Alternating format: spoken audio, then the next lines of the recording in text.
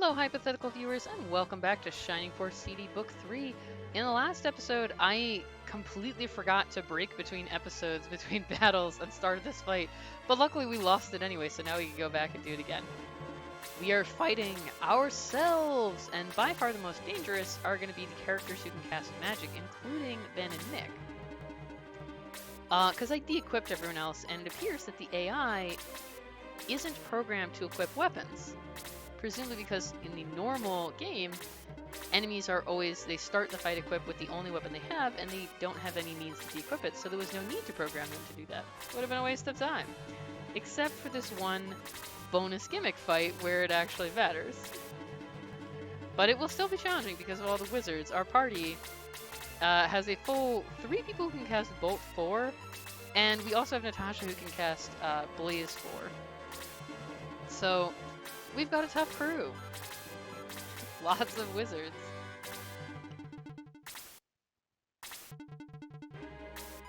Okay. And there's really nothing else for it but to just charge in, like, you know, it's just a big old cluster of enemies, some of whom have very powerful magic, and it's hard to approach them without them being able to attack us. Luckily, the level 4 spells are all single target, so as long as we have Nick hang back a bit, which is fine because he honestly isn't one of our top damage dealers, really. Like, he's fine, but he's just not like, oh, we can't win without him or anything. You know, we've got, let's look at the people who are actually equipped. You know, we've got people with, like, I haven't used in 80s, and he, well, oh right, I didn't equip him yet. Well, we'll check him after he's equipped. Yeah, he only has 64 attack, even when equipped. He actually is one of our weaker party members. I believe that might be because his stats are coming from,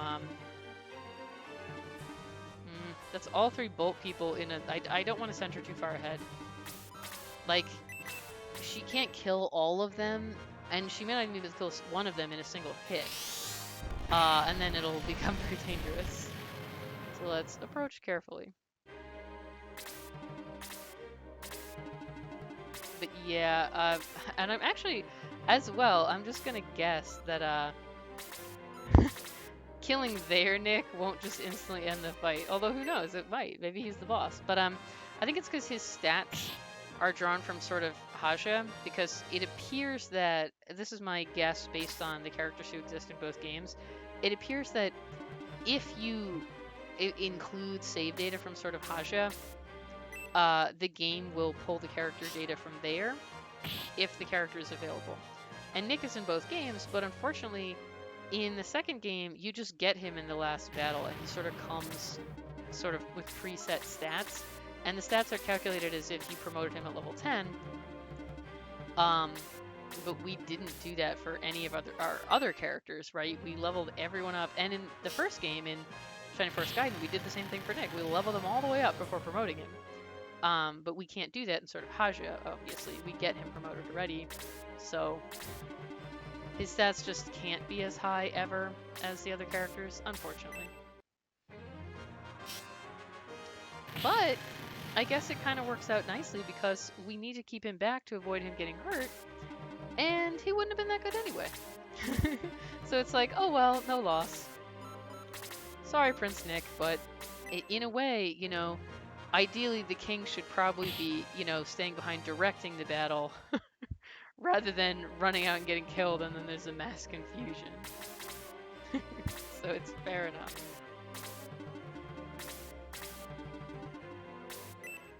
Graham is here to punch us in the face. Although I have to say, real talk, he's a centaur, right? He's a horseman. So if a horse just suddenly ran up and like kicked you in the head, it would probably kill you. Oh, damn it, I forgot to equip Claude. Oops. But yeah, for real, horses, they're pretty dangerous. Interesting, she did not use Bolt 4. I guess because we're clustered, maybe the AI will preferentially choose AoE spells when they're available. But she also could have used Bolt 3, which maybe the AI picks at random. I have no goddamn idea.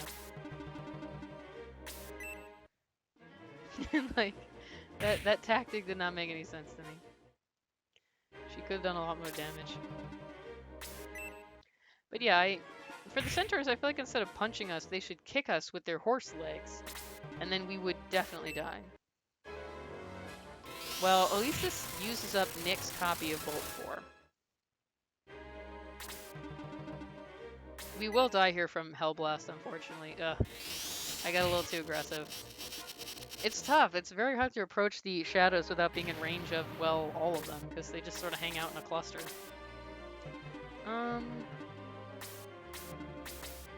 Yeah, we don't need to attack with magic here. We can just bap it. Shadow Natasha did not use any magic on us, though, which is odd.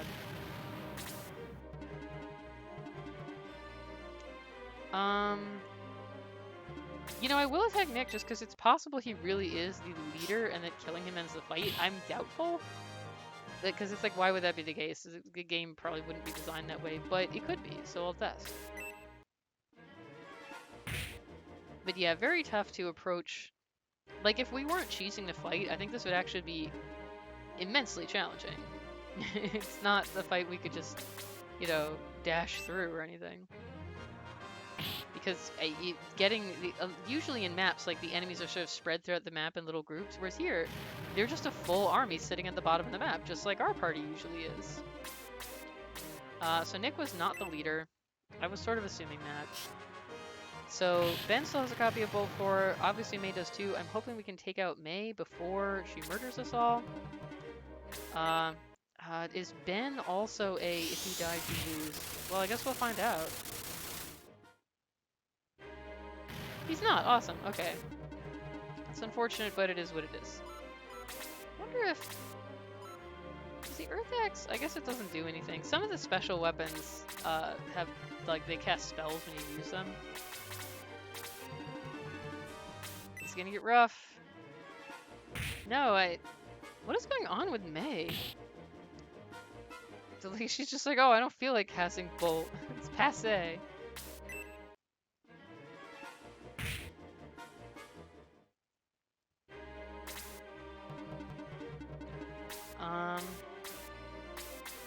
I will have her attack May. It might be sort of a wasted attack in a way because, like, you know, anyone could have killed her at that point, but we don't know what the turn order is going to be, and,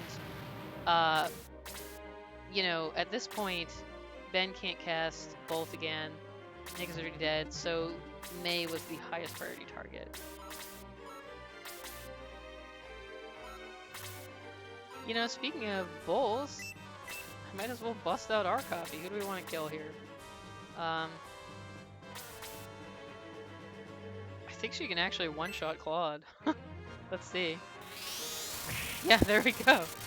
Bolt 4, it's real good. You can't cast it very many times because, you know, it costs a lot for obvious reasons. It's one of the few cases where the balance on magic seems correct because it is so absurdly good that if you could cast it so many times in the fight, it would be way too strong. It would be absurd.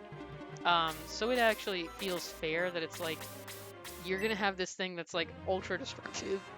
Well, excuse me, ultra destructive, but you're only gonna be able to use it like twice. You gotta pace yourself. It's like you could use it on, you know, maybe if you have a magic using enemy that's gonna be really hard to get past, you could use it on the boss, whatever, but you can't use it over and over. Whereas for Blaze 4, we don't have anyone who gets Freeze 4. But Blaze 4 feels like it's like, this honestly, it's about right. It could even stand to have a couple more casts per battle. It's not overpowered, but it's about right. And all the level 3 spells feel like too little.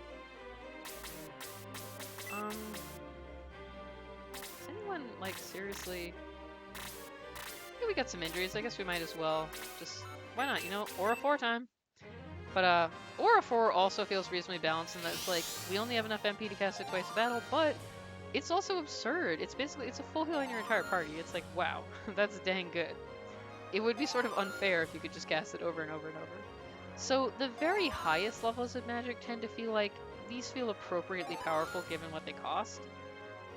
And then at the very beginning of the game, like when you have the lowest level spells, you know, it's like, this feels fine.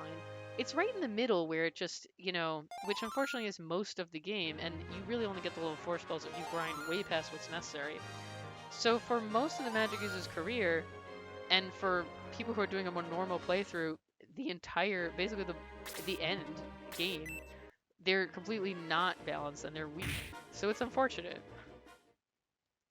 I really think it would either they just need a lot more MP so they can just cast their level 3 spells more times, or maybe the spells need to be cheaper, or the level 3 spells just need to be a little more powerful. Not even a ton, just a little. Like 5 to 10 points damage more, and I think they would pretty much be fine.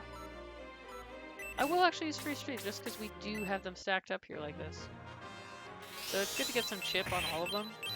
Like if it was just doing 20 each, you know, 20, 25, I would be like, that's solid, that's quite decent. It's not as much as the attacks the other characters are doing, but since it's on multiple characters, it feels like it makes up for it. It's just a little too weak. And that's just for freeze. Blaze 3, even weaker. So the balance of magic is, and obviously you do have the challenge that Shining Force uses the model of you know, kind of the game model where our counterattack is so weak, but where enemies and player characters are built basically the same way. Like the way spells work, they work the same. We don't have spells just for players and then there's enemy versions. We use the same ones.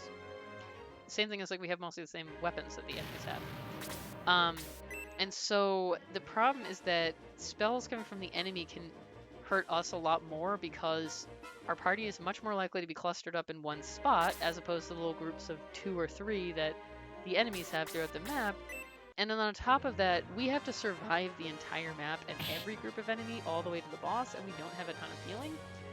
Whereas for the enemies, you know, they just have to bother us for a couple turns and they've done their job. So if magic was a lot stronger, it would make the game too hard when we're fighting enemy mages. But if it's too weak, it makes it crappy to have mages in our party. So I acknowledge that it's hard to balance it particularly well. I just think it's not quite there. Or like maybe we could just, given that, you know, this is a rare battle where the player and enemy forces are equivalent. Usually the enemies, there's more of them than us. So it's like in general, maybe we could just have player versions of the spells that are just like a little better. Because then the mages could be more useful. But yeah, the presence of 3 separate people who can cast Bolt 4 was quite a challenge here. I'm gonna have her actually cast Bolt 3 so we can get more of them in. Do I want to have her like move so that, I mean, I don't think there's any way for her to position it so she gets all of them. Yeah, so let's go with this. This will be good.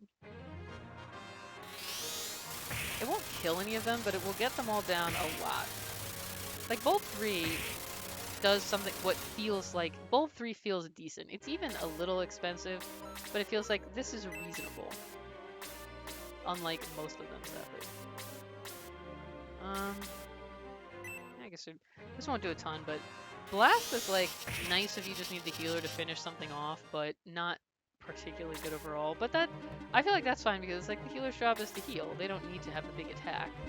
It's nice for them to just have something, so it's like if you have an enemy down to 5 HP or whatever, you just need some, you know, you want them to be able to do a bit. They can do something, but they don't need to do a ton. Nick, you are so weak. So weak. It's tragic, really. Alright, finished Graham. At this point, all the people who can use magic are either out of MP or dead, so, you know, we're a bit better off here. I guess Luke still has heals, but, like, he doesn't actually have an attack spell, because he's primarily an attack character. Magic is the supplement for him.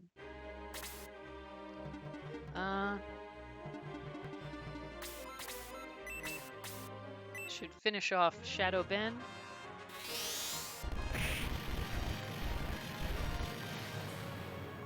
We're only getting 1 X from them. We're too powerful at this point. And now the battle is pretty darn quiet. Because I cheesed it, so that the only difficult thing was getting rid of the mages. But like, legit though, think how insanely difficult this would be if you didn't do that, because each of the enemies would be doing so much damage to your party members. Like, they can do the same amount that we can do. So, you know, 20 points each, like 2 or 3 hits on each character, and you'd be done for. And you have to fight through the whole army. You would have to use a very careful strategy. And like, do I really seem like the sort of person who tends to use very careful strategies? That is all I'm saying. So that's Bolt 3. The amount of damage it does feels about right, but it costs 20, which is way too much for what it is. Bolt 4 feels appropriately priced. Bolt 3 feels like it should be 15. Or even like 12. It just feels like it should be less.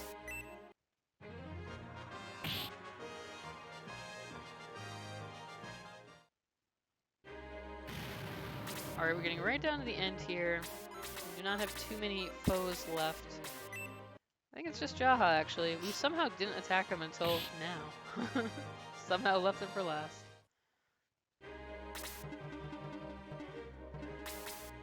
There is a hidden healing seed here in one of the barrels, but healing seed is not some sort of special item I can't otherwise ever get, so didn't care about it.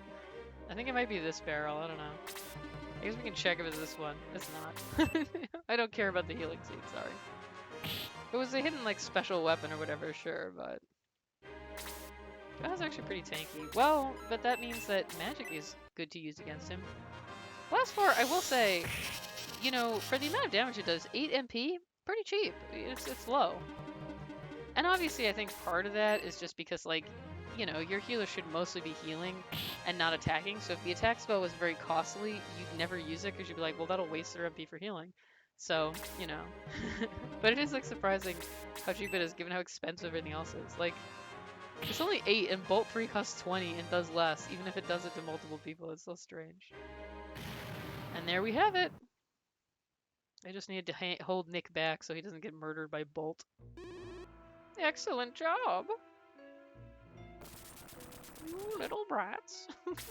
I'm picturing her as like a sassy old woman. Well, well, you finally reached me. I praise your courage and effort, but you'll need more than that to defeat me. You're the last one in this mansion. Where is Queen Henri? Tell me. No more talk. Ha! It's funny how the cutscene characters are Guardiana only, because it's like the Queen Henri is kidnapped, but her people are not here. I mean, they can be in our party, but they're not in the cutscene.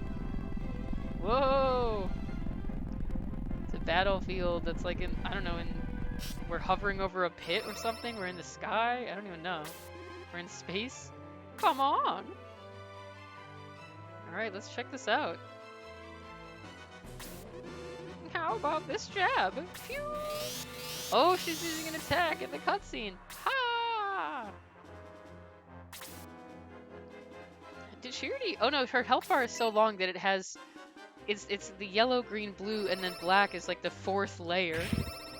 She's using the Dava beam, which is a laser as usual and hits everyone. Oh no! Yes, this battle starts off with us taking this big mandatory attack. Just to show you that Miss Dava, she is not messing around. She is gonna fuck your shit up. Well, at least the fact that this takes so long will help the episode not be so absurdly short, because that battle actually didn't take very long once I did it. Okay, so let's take a little tour here. We did lose some people to various bolts, so we will egress and res. So it looks like we're on a platform that's... I don't know if these are supposed to be clouds and we're just going very fast. They look more honestly like the lasers, like the Dava beam she was firing, so maybe we're in some kind of like magical dimension and we're just like flying through it on a continent that we've res here. It's very weird. This orb, I wonder if we can attack this or if it just shoots out beams.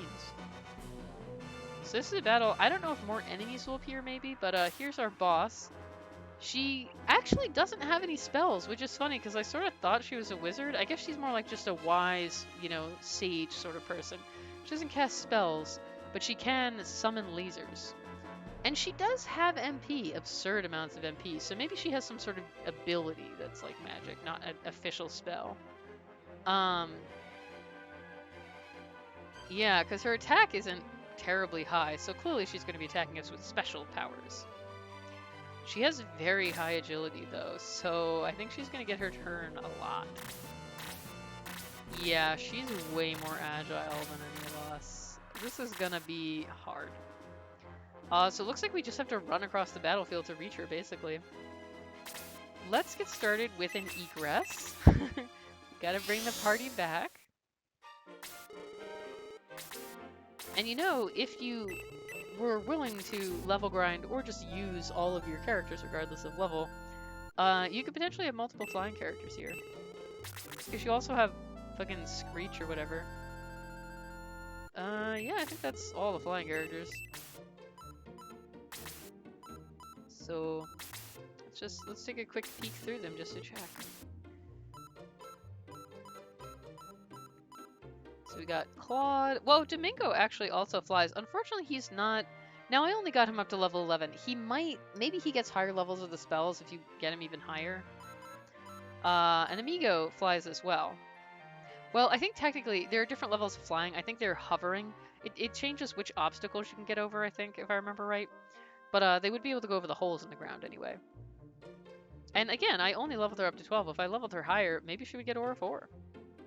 So you could potentially, you know, have quite a few people who can kind of ignore the terrain here. Yeah, and Shriek, obviously, if you wanted to train him up. So you could have like 4 people.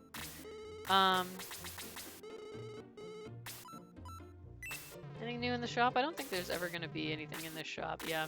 I guess you could buy the Healing Rain if you're worried. It's been 20 minutes, so this will be a short one. She always does this attack at the start of the battle automatically. I guess we just have to avoid this middle section a bit. Her sprite work is great too. She looks very comical. It's sort of like a quirky old, like... Does she have pointy ears? So maybe she's some sort of like elf or goblin or sort of fantasy creature. Yeah, so I guess we'll just sit through this animation. At that point, the episode will only be a little short. But yeah, you're required to start the battle with some chip damage. It is automatic, can't avoid it.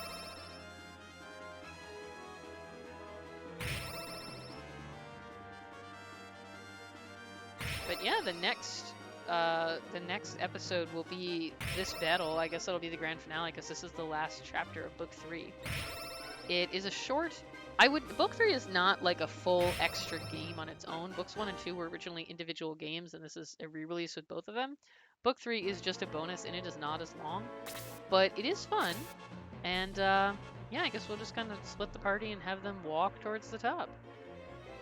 So, the epic final battle against Dava will be next time. Thank you for watching, hypothetical viewers, and enjoying us cheesing the fight against our shadows and still getting mauled by Bolt 4 a bit. And look forward to the grand finale in the next episode of Shining Force CD.